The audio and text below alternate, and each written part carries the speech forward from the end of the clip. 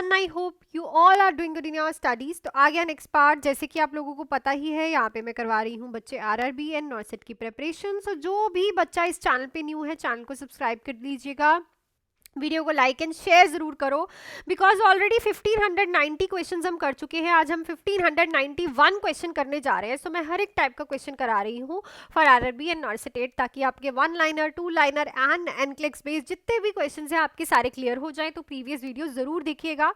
सो आज हम 1591 क्वेश्चन करने जा रहे हैं। उससे पहले अगर कोई भी बच्चा बैचेस ज्वाइन करना चाहता है तो आप लोग इस नंबर पे कॉल या फिर मैसेज करके मेरे से बात करके कोई भी बैच ज्वाइन कर सकते हैं। नॉर्सेट 8 के लिए मेरे पास 2 बैचेस हैं, जिसमें नर्सिंग प्लस नॉन नर्सिंग दोनों करवाए जाएंगे। एक 4 मंथ्स का बैच है जिसकी फीस है ओनली 12999 और एक 6 मंथ्स का बैच है जिसकी फीस है ओनली 3499। ठीक है। एंड आरआरबी के लिए मेरे पास बैच है इंपॉर्टेंट टॉपिक बैच, जिसका बेसिक क्लियर है वो ये बैच ज्वाइन कर सकता है। इसमें हम सारे इंपॉर्टेंट टॉपिक्स करने वाले हैं, MCQs, test series, doubt classes, previous year paper and non nursing के सब्जेक्ट्स करेंगे। ठीक है। और जिसको बेसिक अभी क्लियर करना है तो ये बैच बेस्ट है। जो इंपॉर्टेंट टॉपिक बैच है उसकी जो फीस रहेगी ओनली 1399 फीस रहने वाली है। एंड थ्योरी बैच की जो फीस रहेगी 2299 रहने वाली है। दोनों ही 3 मंथ्स के बैच है। सो इसमें सबसे पहले हम बेसिक एनाटॉमी एंड फिजियोलॉजी करेंगे। ऑल सब्जेक्ट्स की थ्योरी करवाऊंगी मैं। इसमें भी आपको इंपॉर्टेंट टॉपिक्स अलग से करवाए जाएंगे, MCQ classes, test series, doubt classes, previous year paper plus non nursing के सब्जेक्ट्स इसमें भी करवाए जाएंगे। तो कोई भी बैच जो है आप ज्वाइन कर सकते हैं अकॉर्डिंग टू योर नीड। अगर आपका बेसिक क्लियर है तो ये बैच बेस्ट रहेगा, और अगर आपको बेसिक क्लियर करना है तो ये बैच बेस्ट रहेगा। एंड नॉर्सेट 8 के लिए भी full fledged all in one batch है, 4 मंथ्स एंड 6 मंथ्स का बैच। तो आज ही आप मेरे से इस नंबर पे कॉल या फिर मैसेज करके ज्वाइन कर सकते हैं फॉर आरआरबी एंड नॉर्सेट 8। सो चलती हूँ मैं क्वेश्चन पे, क्वेश्चन देख लेते हैं हमारा क्या कह रहा है without any more time waste किए हुए। सो आप सबसे पहले क्वेश्चन है, a client presents to the emergency department with upper GI bleeding and is in moderate distress. In planning care, what is a priority nursing action for this client? तो एक client आया है इमरजेंसी डिपार्टमेंट में, upper GI bleeding हो रही है उसके, और मॉडरेटली डिस्ट्रेस है, मतलब पेशेंट जो है वो लिटिल बिट अनकॉन्शियस है, डिस्ट्रेस हो रखा है। तो प्रायोरिटी नर्सिंग एक्शन आप लोगों के लिए क्या रहेगा? सो क्या है पेशेंट के अपर जीआई ब्लीडिंग हो रही है पेशेंट के। ठीक है, अपर जीआई ब्लीडिंग हो रही है। सो आपके पास पहले ऑप्शंस देख लेते हैं। Assessment of vital signs, completion of abdominal examination, insertion of a prescribe NG tube through investigation of precipitating agent events. ठीक है, thorough investigation of precipitating agent. So देखो यहाँ पे ना आप लोगों को पता नहीं है कि ब्लीडिंग कितने टाइम से हो रही है। You don't know the time कि ब्लीडिंग जो है वो कितने लंबे टाइम से अकर हो रही है। सो इन्वेस्टिगेशंस करोगे, और अगर ब्लीडिंग जो है बहुत लंबे टाइम से अकर हो रही है then it will be the difficult one. ठीक है, एनजी ट्यूब आप नहीं डालोगे क्योंकि मे बी वो ब्लीडिंग ईसोफेगस से हो रही हो, थ्रॉट से हो रही हो पेशेंट को। ठीक है, सो वहाँ पे उसको और ज़्यादा ब्लीडिंग हो जाएगी। ठीक है, कंप्लीशन ऑफ एब्डोमिनल एग्जामिनेशन, वो उसकी नीड नहीं है। जब तक आप सारी एब्डोमिनल एग्जामिनेशन करोगे तब तक पेशेंट की और ब्लीडिंग हो जाएगी और पेशेंट शॉक में जा सकता है। सो सबसे पहले तो आपको असेसमेंट करनी है वाइटल साइंस की। क्यों? क्योंकि पेशेंट को हैमरेजिक शॉक हो सकता है। पेशेंट को किस चीज़ के चांसेस है? बीपी फॉल करने के चांसेस है, हार्ट रेट इंक्रीज आपको दिखेगी, क्योंकि यहाँ पे क्या देख रही है हमको? GI bleeding. ठीक है, ब्लीडिंग हो रही है ना, वी डोंट नो कब से हो रही है। तो सबसे पहले तो हमारा एक ही मकसद है कि हम ब्लीडिंग को क्या करें? कंट्रोल करें, और ब्लीडिंग से होने वाला नुकसान है जो उसको प्रिवेंट कर ले अर्ली। तो उसके लिए सबसे पहले वाइटल साइंस हमें चेक करने पड़ेंगे कि कितना पेशेंट का वाइटल साइंस में फ्लक्चुएशन आई है। क्लियर? आई होप कि क्वेश्चन क्लियर हो गया होगा आप लोगों को। नेक्स्ट है, The nurse is performing an assessment on a client with dementia. तो डिमेंशिया वाले पेशेंट पे आप असेसमेंट कर रहे हो. Which data gathered during the assessment indicates a manifestation associated with dementia. So कौन सा डाटा आपको इस डायग्नोस के साथ दिखेगा जो कि डिमेंशिया में देखने को मिलता है? Uses confabulation, improvement in sleeping, absence of sundown syndrome, presence of personal hygienic care. तो डिमेंशिया वाले पेशेंट जो है वो हाइजीनिक केयर नहीं करते। आपने डिमेंशिया पढ़ा होगा, डिलीरियस भी पढ़ा, भी पढ़ा होगा। तो डिमेंशिया वाले पेशेंट पुअर हाइजीनिक होते हैं बिकॉज वो सब कुछ भूल रहे होते हैं। ठीक है, प्लस एब्सेंट नहीं होता, प्रेजेंट होता है सनडाउन सिंड्रोम। अब मैम सनडाउन सिंड्रोम क्या होता है? सनडाउन सिंड्रोम होता है कि पेशेंट जैसे ही सन डाउन होता है, मतलब सनसेट होता है, वैसे ही क्या होता है कि पेशेंट को वैसे ही क्या होता है, जैसे जैसे इवनिंग होगी वैसे वैसे पेशेंट को क्या होता रहेगा, पेशेंट को और ज़्यादा चीज़ें भूलनी शुरू हो जाती है, और ज़्यादा वर्जन अप कंडीशन हो जाती है। सो इसमें प्रेजेंट होता है सनडाउन सिंड्रोम, ठीक है। इंप्रूवमेंट ऑफ स्लीपिंग नहीं होती डिमेंशिया में। Yes, use of confabulation, memory gaps को पेशेंट फिल करता है क्योंकि वो भूल रहा है ना, वो मेमोरीज को भूल रहा है, उसको याद नहीं है, तो कन्फेबुलेशन, कंफ्यूजन हमें देखने को मिलेगी पेशेंट की मेमोरी में। नेक्स्ट है, a nurse is caring for client with anorexia nervosa, which behaviour is characteristics of this disorder and reflects anxiety management. तो देखो, एक नर्स है, केयर कर रही है क्लाइंट की जिसको एनोरेक्सिया नर्वोसा है। एनोरेक्सिया नर्वोसा क्या होता है कि पेशेंट ओबीस होने के डर से कुछ खाता ही नहीं है, ठीक है। सो इस बिहेवियर का क्या कैरेक्टरिस्टिक्स है जो कि एंजाइटी, जो कि रिफ्लेक्ट करेगा anxiety management. Engagement in immoral act, always reinforcing self-approval, observing rigid rules and regulation, having the need always to make the right decision. तो देखो क्या होता है कि एनोरेक्सिया नर्वोसा क्या है कि ये जो है ना रिजिड रूल्स और रेगुलेशंस बन जाते हैं। इवन कि पेशेंट को अगर खाना भी मन कर रहा है तो वो खाता नहीं है, बिकॉज ये उसकी लाइफ का एक रूल है कि अगर मैं खाऊंगा, उसको ऐसा एक फॉर्म हो चुका है, ठीक है, उसको फोमो हो गया है कि मैं अगर खाऊंगा तो मैं मोटा हो जाऊंगा, ठीक है ना। सो उसके आप देखोगे कि वो अपनी एंग्जाइटी को मैनेज करने के लिए कि मैं कहीं मोटा ना हो जाऊँ, इसकी जो उसको एंग्जाइटी होती है उसको मैनेज करने के लिए वो आप अपने एक बहुत रिजिड रूल्स एंड रेगुलेशन बना लेगा। लाइक वो बहुत ज़्यादा रिजिड एक्सरसाइजेस करेगा, बहुत ज़्यादा रिजिड अपना खाने का पैटर्न फॉलो करेगा, खाएगा नहीं, ठीक है, इतना ज़्यादा वीक लगेगा और उसे वो लगता है कि वो फिट है, ठीक है। सो आपको ये चीज़ जो है पेशेंट के बिहेवियर में देखने को मिलेगी कि वो क्या करता है, रिजिड रूल्स एंड रेगुलेशंस बना लेता है, जो कि हमें दिख रहा है कि पेशेंट क्यों बनाता है, अपनी एंग्जाइटी को मैनेज करने के लिए, जो उसे फोबिया है मोटे होने का, उसको मैनेज करने के लिए।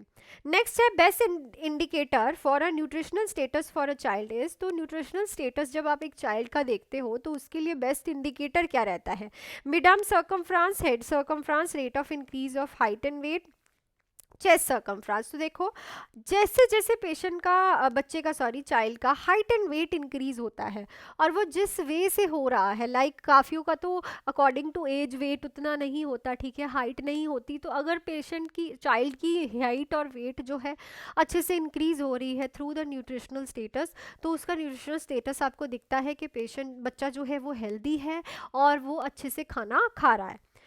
नेक्स्ट है, projectile vomiting is a characteristics of which of the following condition. So जो प्रोजेक्टाइल वॉमिटिंग होती है, प्रोजेक्टाइल वॉमिटिंग मतलब पेशेंट यहाँ पे है और उसने वॉमिट किया तो वो यहाँ पे जाके गिर रही है, ठीक है।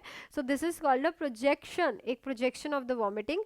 तो ये हमें किसका कैरेक्टरिस्टिक देखने को मिलता है? पाइलोरिक स्टेनोसिस, हर्निया, इन परफोरेटेड एनस या फिर अपेंडिसाइटिस। तो ये हमें देखने को मिलता है पाइलोरिक स्टेनोसिस।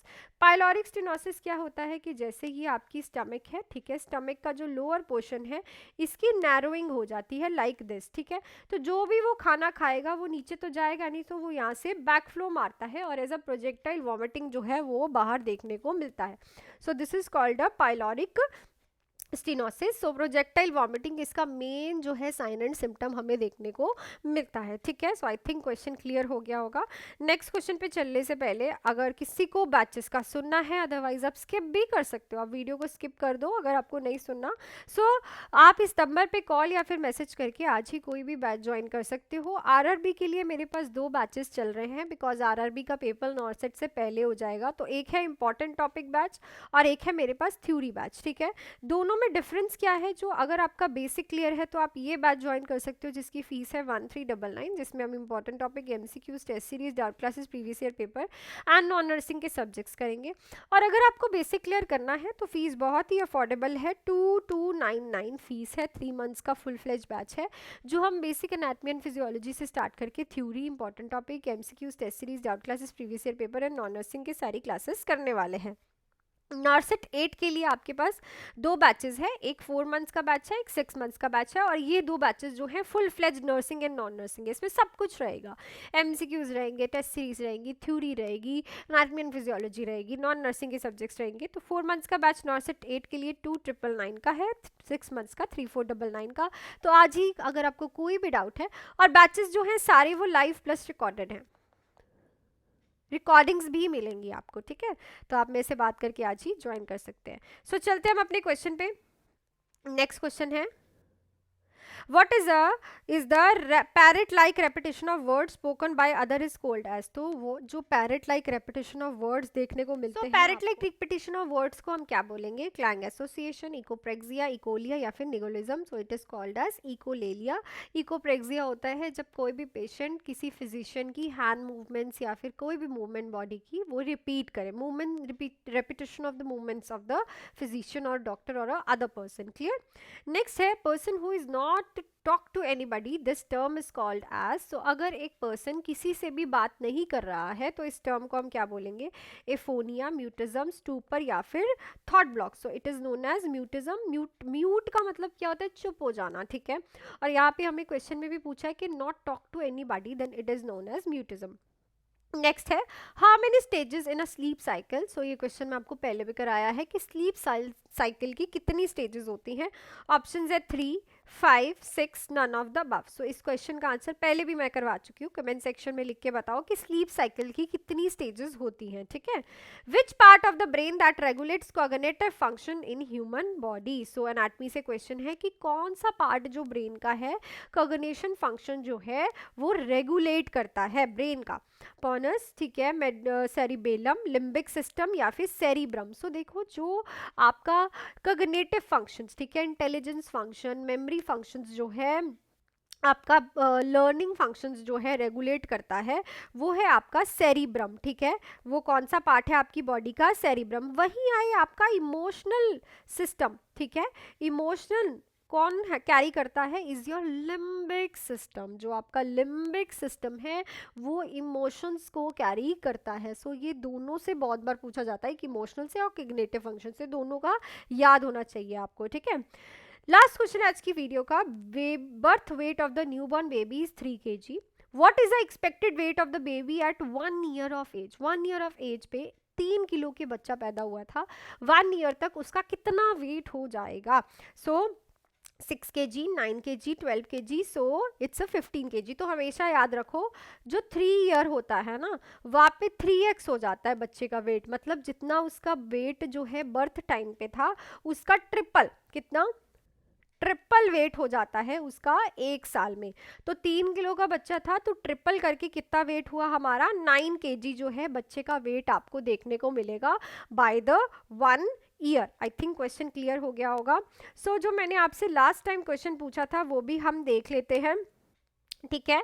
सो यहाँ पे आपके पास क्वेश्चन था कि जब आप एक चाइल्ड हॉस्पिटलाइज्ड हुआ है लेड पॉइजनिंग के साथ, उसको चिलेशन थेरेपी प्रिस्क्राइब की गई है, ठीक है, तो क्या एडमिनिस्टर करोगे as a medication chelation therapy में। सो इसका आंसर था सोडियम कैल्शियम ईडीटी। तो ये मैं पहले भी करवा चुकी हूँ ईडीटी है। सो ये अभी भी आप लोगों ने बिल्कुल सही आंसर दिया है। सो ये जो है यूज होता है। So that's it for this video. Video अच्छी लगी तो वीडियो को लाइक करना जरूर प्लीज, एंड शेयर करो एंड सब्सक्राइब कर लो इस चैनल को। एंड बैचेस जो है अगर आपको ज्वाइन करनी है तो प्लीज़ डीले मत करो ताकि आप रेगुलरली साथ में चलो। इस नंबर पे कॉल या फिर मैसेज करके आप आज ही बैच ज्वाइन कर सकते हो। अभी हमने medical, surgical, anatomy and physiology के साथ स्टार्ट की है, तो आप फटाफट हमारे साथ जुड़ सकते हो। नॉर्सेट 8 के लिए nursing plus full fledge batches ये रहे, 4 मंथ्स और 6 मंथ्स का बैच। फीसेस बहुत अफोर्डेबल है, 4 मंथ्स की 2999 है, 6 मंथ्स की 3499 है। आरआरबी के लिए अगर आपका बेसिक क्लियर है तो आप ये बैच ज्वाइन कर सकते हैं, 1399 का इंपॉर्टेंट टॉपिक 3 मंथ्स का बैच। और अगर आपको बेसिक ज्वाइन करना है, बेसिक से करना है, तो 2299 का फुल थ्योरी बैच ज्वाइन कर सकते हो। सारे ही बैचेस लाइव प्लस रिकॉर्डेड है, तो चाहे आप जॉब करते हो चाहे घर पे हो, रिकॉर्डिंग्स आपको मिलेंगी, आप लाइव भी लगा सकते हो एंड रिकॉर्डिंग्स भी। सो फटाफट से आप जुड़ सकते हो। That's it for this video. मिलती हूँ कल की वीडियो में। Till then do hard work, make your parents proud and all the best.